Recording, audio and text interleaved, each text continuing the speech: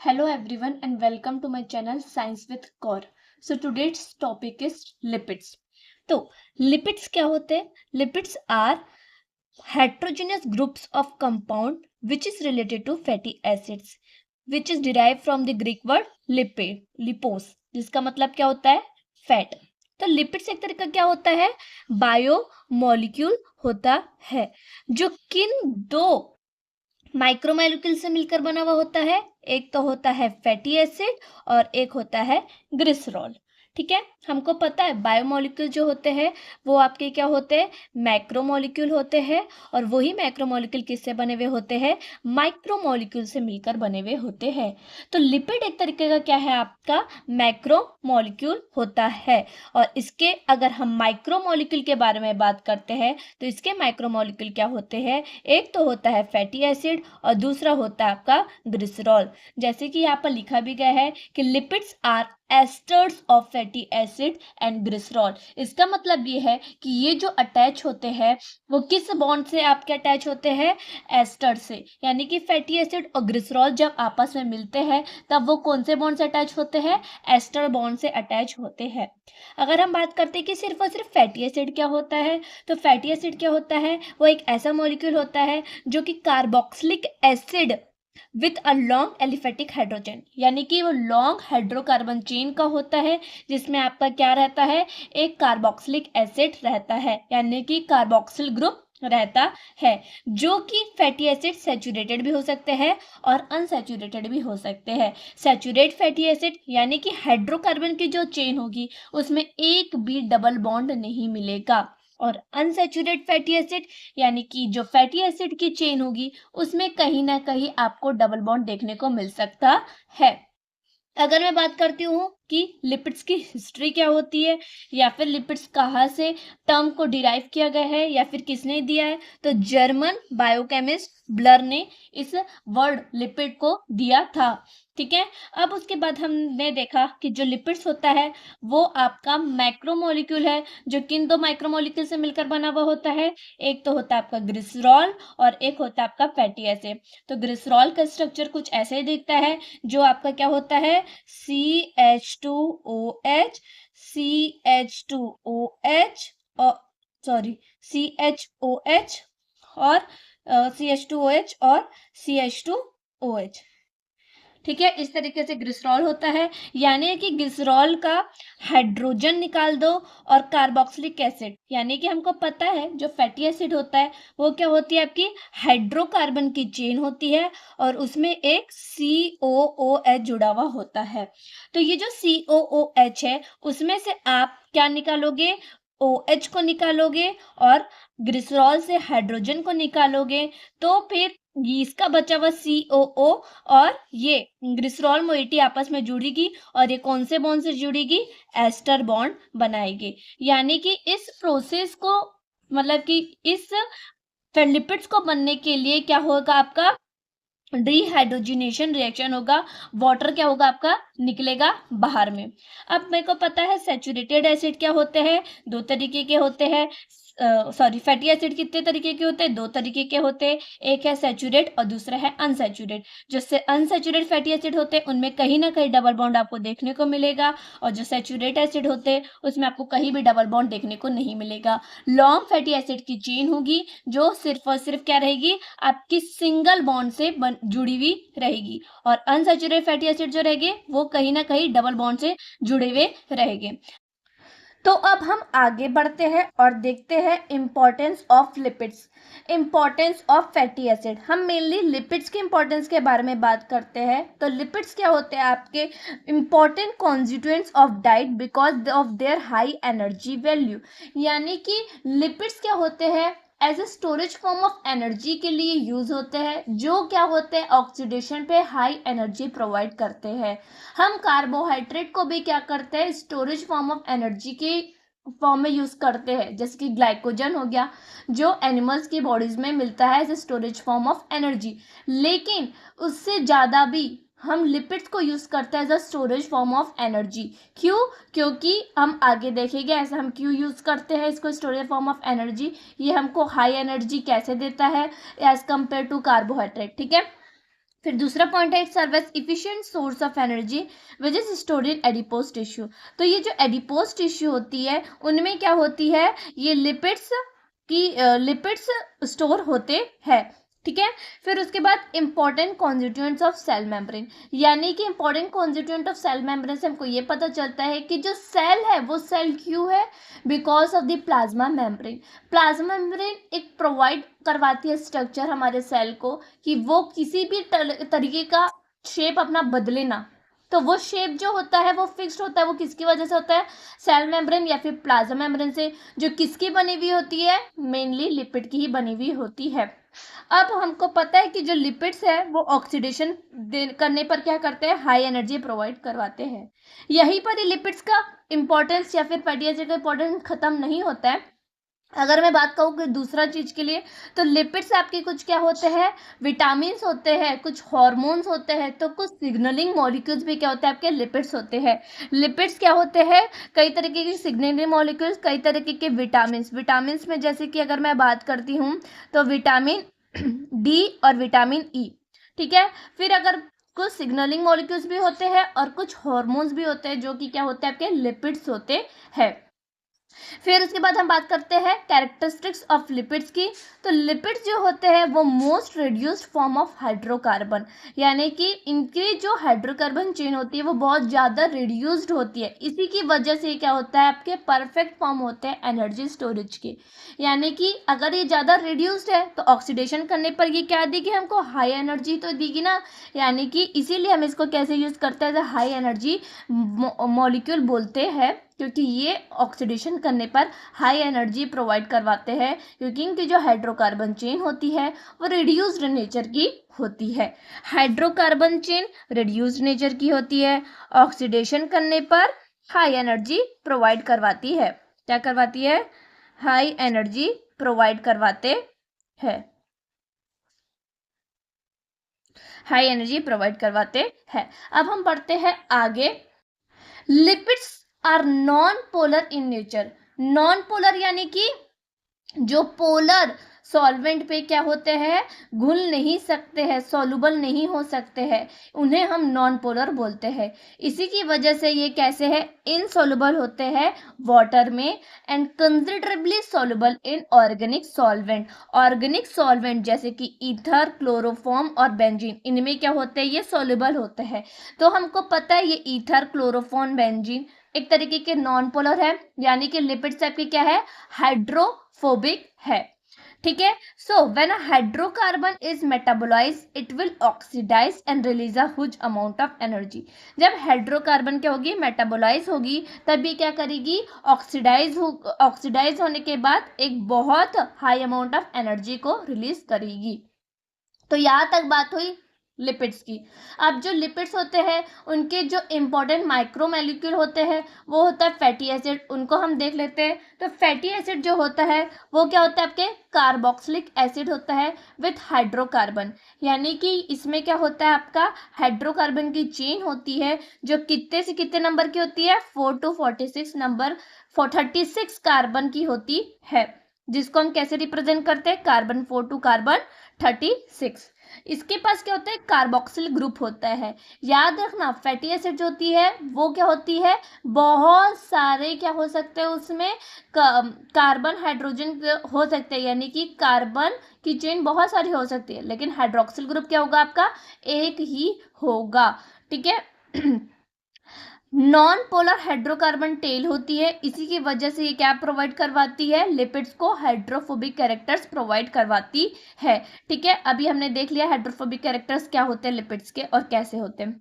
फिर उसके बाद ये क्या होती है, यूजली स्ट्रेट चेन डेरिवेटिव्स होते हैं। जो चेन्स होती है फैटी एसिड की क्या होती है आपकी, ये सेचुरेट भी हो सकती है और अनसेचुरेट भी हो सकती है। सेचुरेट यानी कि सिर्फ और सिर्फ इनकी पूरी हाइड्रोकार्बन चेन में सिंगल बॉन्ड मिलेगा।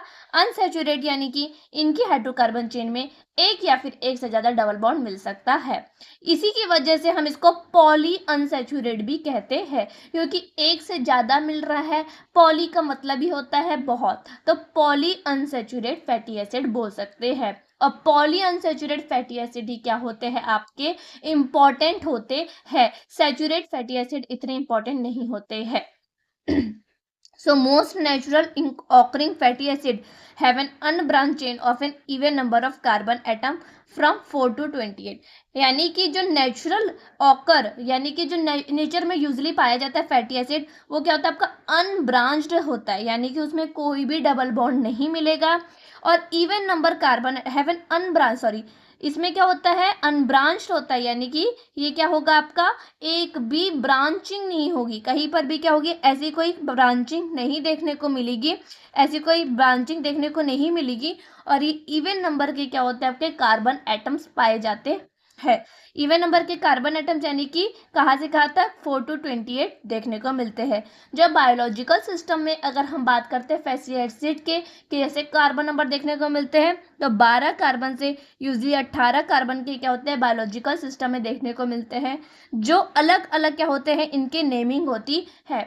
हम जो नोमेनक्लेचर होगा फैटी एसिड का वो अभी देखेंगे, लेकिन मैं आपको बता देती हूँ जो फैटी एसिड की क्या होगी आपकी ऐसे हाइड्रोकार्बन की हम यूजली ऐसे दिखाते हैं, हाइड्रोकार्बन की चेन होती है और ये जो चेन होती है उसमें क्या होता है आपका एक जगह कार्बोक्सिल ग्रुप जुड़ा हुआ होता है और इसी चेन को हम क्या बोल देते हैं फैटी एसिड बोल देते हैं। तो ये आपका हो गया फैटी एसिड का। तो एक बार और हम देख लेते हैं हमने क्या बोला कि जितने भी कार्बन एटम होंगे ठीक है उसका आप पहले नेमिंग करो कि 6 कार्बन एटम है तो हेक्सेन, 7 है तो हेप्टेन। उसके बाद क्या करो पीछे से ई को हटाओ और जो फैटी एसिड का OIC है उसको जोड़ दो, तो ये आपके क्या हो गए नाम तैयार हो गया हेक्सोनिक एसिड जो कि 6 कार्बन का होता है। अब हमको पता है कि फैटी एसिड दो हो सकते हैं सेचुरेट और अनसेचुरेट। अगर आपके सेचुरेट है तो ANOIC हम सफिक्स यूज करेंगे और अगर अनसेचुरेट है तो हम ENOIC यूज करेंगे। एग्जाम्पल में देखेंगे टेट्राडेकोनिक एसिड जो कि 4 कार्बन का होता है, यहाँ पर देखो ANOIC यूज हो रहा है यानी कि सेचुरेट होता है। 14 कार्बन का होता है ये और इसका दूसरा नाम से भी हम जानते हैं, 14 कार्बन के फैटी एसिड को हम और भी दूसरे नाम से जानते हैं वो हम आगे देखेंगे। फिर एक होता है आपका हेक्साडेकोनिक एसिड जिसमें आपके सफिक्स ENOIC है यानी कि आपका अनसैचुरेट फैटी एसिड है जो कि 16 कार्बन का होता है। 16 कार्बन वाले फैटी एसिड को भी हम दूसरे नाम से जानते हैं वो हम आगे देखेंगे। उसके बाद है अगर हम बता दिए कि कितने कार्बन एटम है 6 है 7 है, उसके बाद हमको कार्बन एटम की नंबरिंग भी करनी पड़ेगी। तो जो पोजीशन होती है कार्बन एटम की फैटी एसिड चेन में उसको हम नंबर से कैसे रिप्रेजेंट कर सकते हैं कि सबसे पहले जो फैटी एसिड में कार्बोक्सिल ग्रुप है उसको तो भाई नंबर 1 दे दो, उसके बाद जो भी आपके कार्बन है उसको क्या कर दो 2 3 4 5 ऐसे देते चलो, ठीक है। एडजेसेंट कार्बन को फिर 2 3 4 5 देते जाओ और जो कार्बोक्सिल कार्बन है उसको नंबर 1 दो। जैसे कि आप देख रहे हो कि एग्जाम्पल में कार्बोक्सिल कार्बन को हमने नंबर 1 दिया, उसके बाद जो भी है उसको हम 2 3 4 5 6 देते चलते हैं। या फिर हम इसको ग्रीक लेटर से भी रिप्रेजेंट करते हैं जितने कार्बन एटम इन्वॉल्व है, alpha beta gamma delta and so on. और याद रखना जो भी लास्ट कार्बन होगा कितनी भी कार्बन हाइड्रोकार्बन की चेन हो फैटी एसिड जो भी लास्ट कार्बन होगा उसको हम ओमेगा से रिप्रेजेंट करते हैं, ठीक है।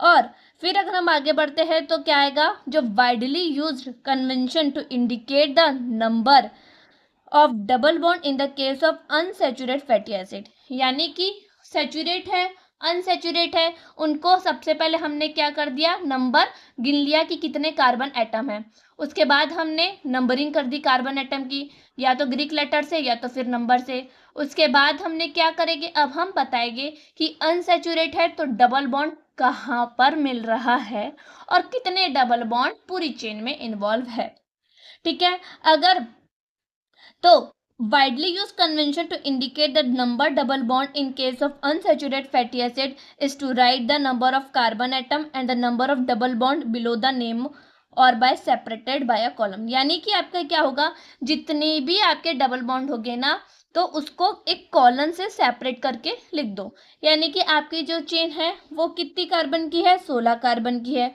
तो 16 कार्बन की चेन में 2 डबल बॉन्ड है, तो कॉलन लिखो और 2 डबल बॉन्ड लिख दो। ठीक है, इस तरीके से हम क्या कर सकते हैं, उनका नॉमेनक्लेचर या फिर कितने डबल बॉन्ड है वो बता सकते हैं। अब नंबरिंग भी हो गई और डबल बॉन्ड का भी बता दिए, कितने कार्बन है वो भी देख लिए।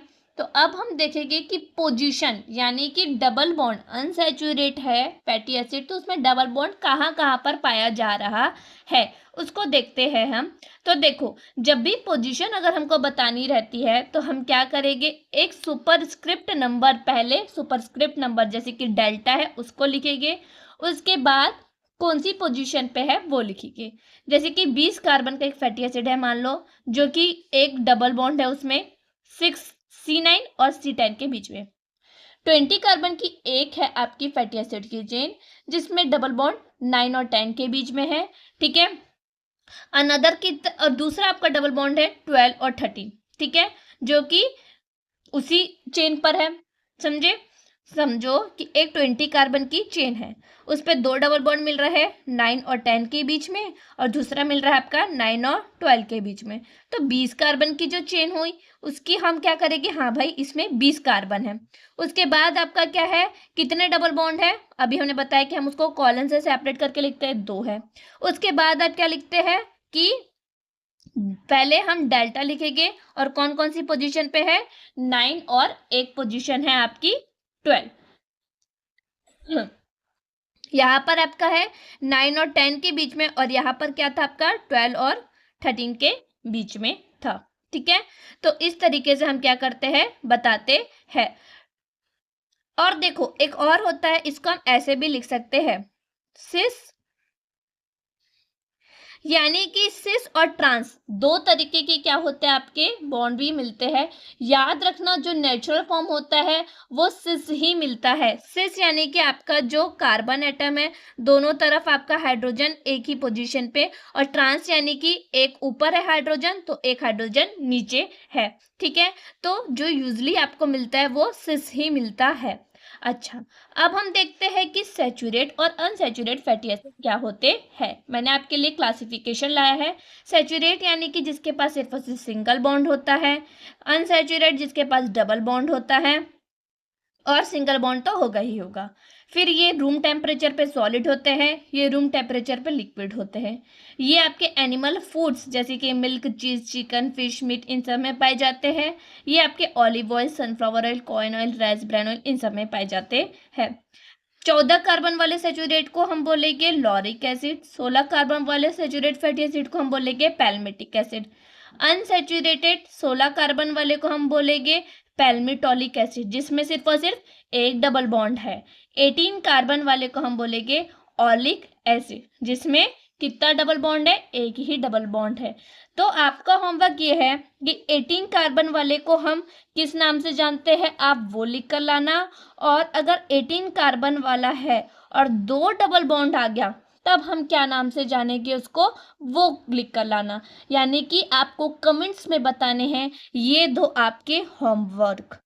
18 कार्बन वाले को हम किस नाम से जानते हैं वो बताओ, और 18 कार्बन वाली चेन है जो अनसैचुरेट है जिसमें 2 डबल बॉन्ड है तो उसको हम किस नाम से जानेंगे वो बताओ। जैसे कि आपको दिख रहा है 18 कार्बन है लेकिन एक ही है, ठीक है, एक ही आपका बॉन्ड है तो हम उसको बोलेंगे ओलिक एसिड। तो आप अपना होमवर्क जरूर कमेंट सेक्शन में बताइएगा एंड थैंक यू।